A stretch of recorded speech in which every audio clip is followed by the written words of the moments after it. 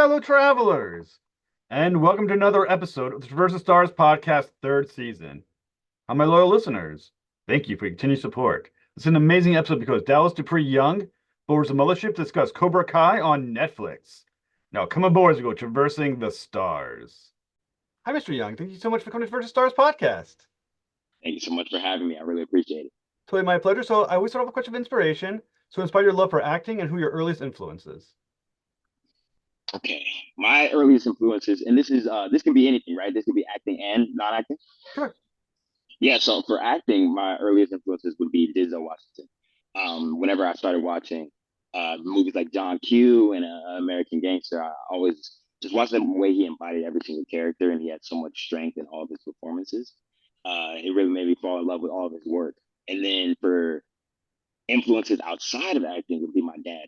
His work ethic in baseball and everything really inspired me to continue to work hard and be dedicated and try to always reach for my dreams.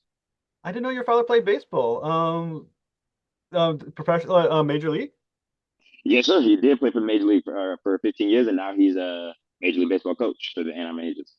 If you don't mind, what's his name? His name Eric Young Sr. When you're watching Denzel Washington in his numerous roles, what is it about his acting, his style, or his approach that fascinate you the most?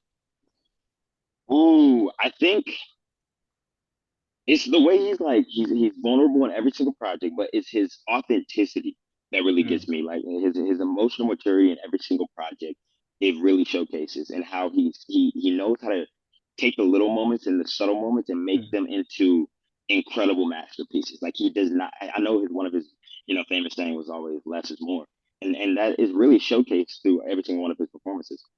I think what I really do like about him is the silent moments when he's not talking. You can just watch his face, just like think. It just seems like he's in the moment even when he's not speaking or acting. Exactly. So when you're playing in Cobra Kai, you play Kenny Payne. It's a huge ensemble cast. A lot of things happening all at once. Sometimes you're the main character, sometimes you're not in any given scene. When you're not on, when it's not you who's the main moment, how are you also keeping in, just like Denzel Washington, those quiet moments, still doing your part? I think for me, you gotta always know that the camera's always watching you at all times. If you see the camera sees you. So you need to be, reacting at all times. And it doesn't mean you have to have a big reaction, but you can keep it subtle. And just I think the biggest thing is just remembering who you are, remembering that you are still Kenny Payne. And when you step onto the set, you are the character, and you just need to stay in that moment.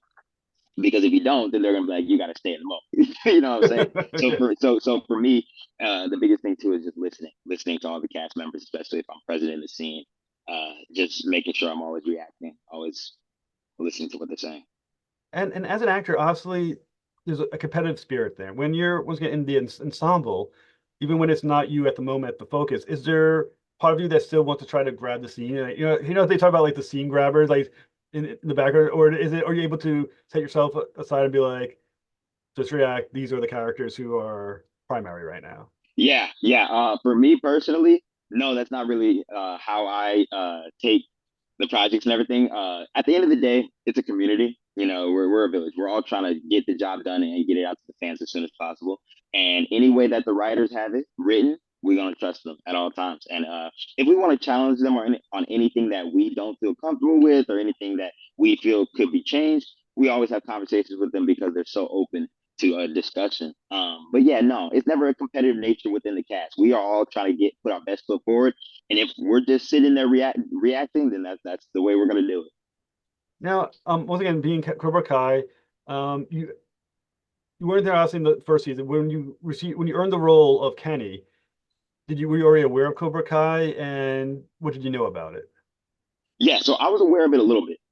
Whenever I received the role, when I actually booked it, I'd already watched the show. But whenever I first auditioned for it, I had heard Cobra Kai, I'd heard that phrase before, but I didn't really know what it was from. I was like, I had watched Karate Kid whenever I was young, Yeah. but really young. So I didn't really remember. But on the breakdown, it said Ralph Macchio, William Zabka the cast, and I was looking, I was like, those names sound so familiar, but what is it?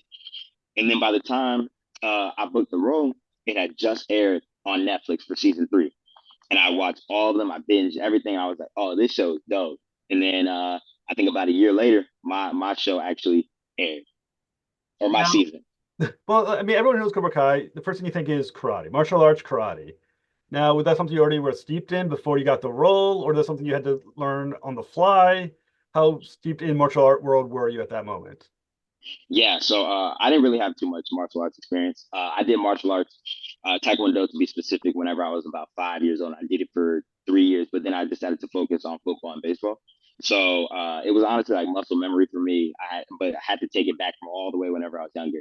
So whenever I was training with Don Lee and everything, I think the biggest thing that we wanted to utilize was my athleticism, Hmm. my ability to use that as my strength and really showcase that as the character of Kenny. Because Kenny wasn't the best martial artist to start off, and then he continued to get better. And I feel like Kenny's trajectory with Taekwondo or martial arts was my trajectory with martial arts as well. I continued to get better as the character did as well. Now, the interesting about Kenny is that he became directed towards karate due to bullying in school. And the bullies of him in school, like Anthony LaRusso, is the same characters that are now the heroes, some of the main heroes of the story. Absolutely. So, what does that suggest about Kenny's mindset that it was the bullying of these people who are supposedly in the TV show good guys that led him to want to focus on martial arts? And how do you think martial arts helped him either physically or mentally to get through that? Yeah. At the end of the day, Kenny felt like he was lost. Kenny felt like he had nobody but his sensei. That was the only person he could trust. Silver was the only one, and then other people in the Cobra Kai, student tree and everything. But honestly, we were all. I think for Kenny, all he wanted to do was get revenge on Anthony. He wanted to pay him back for what he did to him because he made his life terrible. Especially in season 4, he disrespected him. He made people, and being the new kid in the school, you really don't have many friends. You're trying to establish yourself, and for him to establish himself as somebody who gets milk put on him and he gets bullied, videos being Dr. Scribble about him, he just felt like his only way out was to get revenge and try to make him feel the pain that Kenny felt. And then I think the way that he uses it, even going into season 6, he's using it for a better cause. In season 6 and everything, he's just trying to compete and be the best person now, best student of karate. He's not trying to get revenge on anybody right now. But obviously, last thing we've seen, he proved himself. So we'll see what happens after that. Well, do you think if let's say he hadn't been bullied, right? Mm. Let's say he was more welcomed in the school. Do you think he would have stayed on that trajectory of either martial arts or being with Silver, or do you think he would have found a better, or he would have gone down a better path up to season 6? Season 6, we all know he obviously goes a more heroic path, but for season up for that moment, would he have stayed on that negative path if it wasn't for the bullying? There's no way he would have stayed on that negative path, in my opinion. I feel like if he really wanted to, end up going through karate, he would have ended up going to like Miyagi-Do from the beginning. Because the only reason why he went to Cobra Kai in the first place was because of Sean's connection to him, and because he was trying to fight back. He wanted the ability to defend himself, and that was just his only way to do it. Now, the interesting with Kenny as well is that for a kid who was bullied, once he learns martial arts and he starts getting more proficient at it, he does on his own way become a bully sort of as well. Do you think he realized that he became what he originally hated being, which was a bullied kid? That's a really good question, actually. I think I think he did know. I think he did know because there's no way he didn't. He put somebody's head into a toilet of poop. Like there's no chance that he didn't know that he was bullying. Um, I think he wasn't really mindful of the level of Hmm. bullying that he was doing to Anthony, just because of the fact that it was fun. Anthony couldn't really defend himself. He didn't really have the karate skills, and Kenny knew that he was a lot more powerful. But there's no chance that Kenny did not know that he was bullying other people.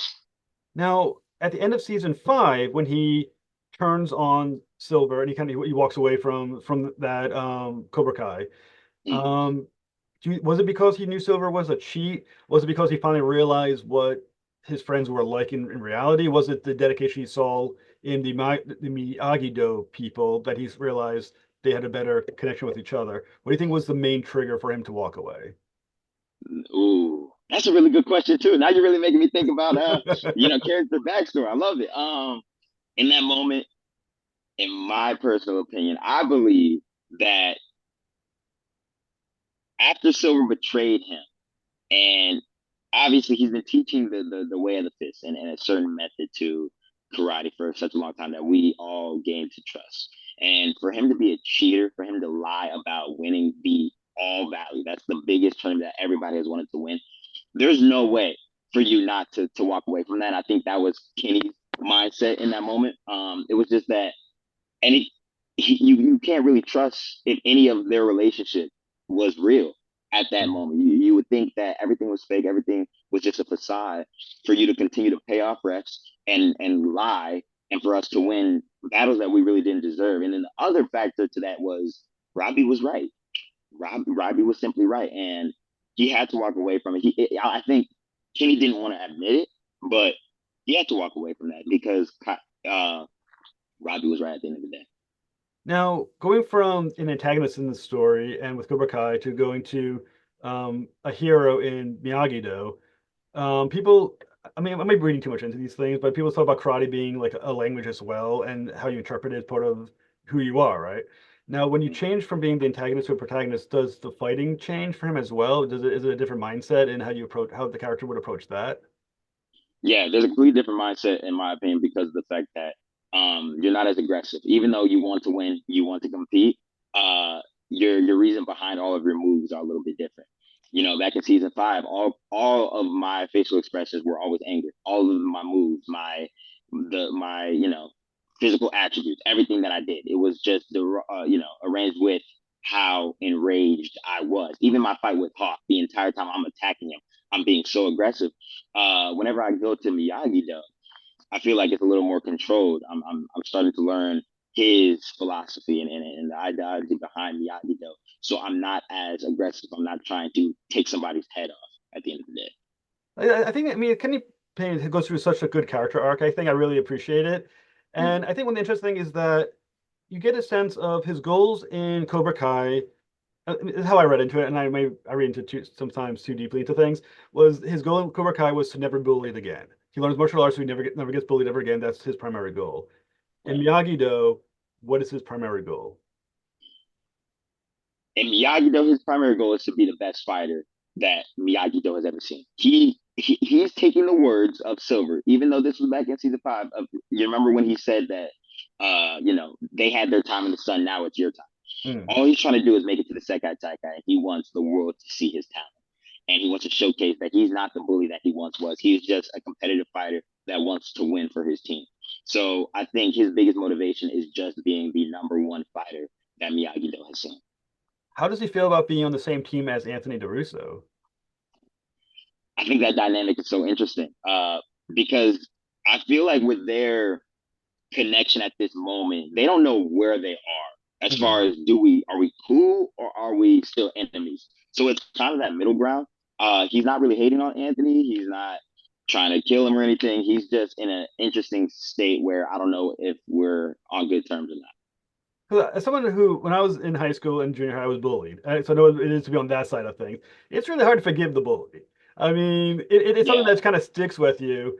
But at the same time, Kenny Payne is kind of forced to be on a team with, I guess on some level, at the very least, be on terms where he's not going to kick his ass every time he sees or wants to kick his ass every time he sees him.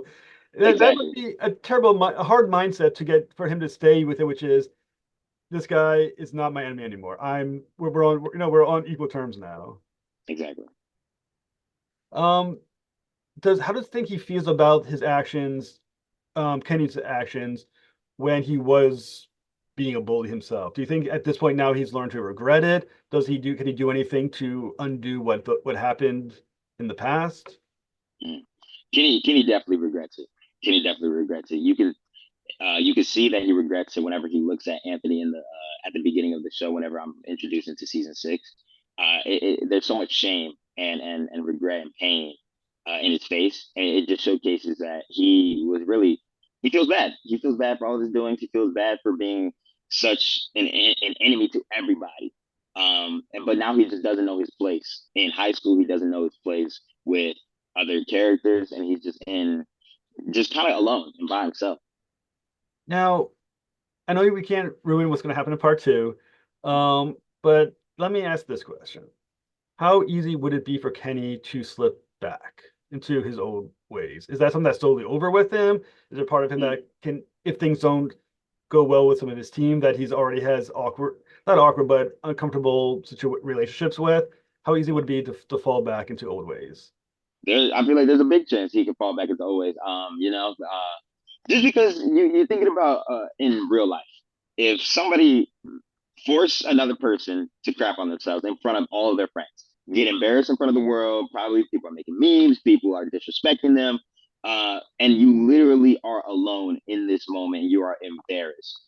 There's obviously a world where you can turn to another side and you're just like, I want to go, I don't want to be right here in this moment. And that's why he had to leave in that moment and escort himself out of that situation. But I think there are so many different ways that could happen in season 6, but I feel like in part 2, but in a real life situation, reality, I feel like there's definitely a chance he could do that. Well, in Kenny's life, he also has Sean, his older Mm. brother. Is Sean a good influence on him, or is he? Because Sean does not also like some of the characters who are in Miyagi-Do as well from a history, and he. So, how does Sean play out as an influence on where Kenny's going to go forward? Yeah, Sean is a great influence in my opinion. Starting from whenever we had that heart to heart conversation in episode 1, he for him to encourage Kenny to go to Miyagi Do is a big step just because of Sean and Kenny's past and their relationship together. So I think if he just has those words in his mind going forward, then you never know what could happen, and you never know how he could really move forward. He could end up going to ballet, he could end up being good. But I think Sean's influence as a whole is so important to Kenny, and it was such a good light to be able to explore that as an actor, and it was very just I don't know heartwarming to see their connection actually be influential this year. Is there going to be further interaction between Sean and Kenny going forward that we know of that you can just like give a nod to, or like maybe a wink Uh, or whatever? I can't say anything about it. I can't. You never know what the writers want me to say or not. So I'm gonna just keep that open ended for people to guess if you have a connection or not to it. The thing with Cobra Kai, I mean, we're in season 6. It's been a very popular show, especially on Netflix. It's done so well. What has it been like to be on a show that has been so successful that you have so many people antagonizing you probably for what happens next all the Yeah, time? What was that experience absolutely. like for you? Yeah, it's been an incredible experience. Since I got here in season 4, which was in 2021. I mean, I've been a part of the show for 3 years now, and just to see all the fan interactions and fan love since I came to the show. They've been the discussion about my character arc, discussion about what's going to happen further. I love that. I love that. I love that people are really excited about it and they're anxious and anticipating that the next part of the show. And I feel like my life has changed for the better because of it. It has done wonders for my career and the people that I've been able to, work with and be alongside and just really listen to how they interpret the art of acting. I think I'm so appreciative of the opportunity that I've gotten on Netflix. So, what can you tease about part 2? As y'all know, it's the Sekai Taikai. This is what we've been waiting for since I think season 5. Like we've been discussing the worldwide tournament, and you're going to get nonstop action from the first to the last, like Nice. every single bit of it. You're going to see some new interactions, and I think y'all. I don't think y'all are. I'm trying to think a perfect way to put this.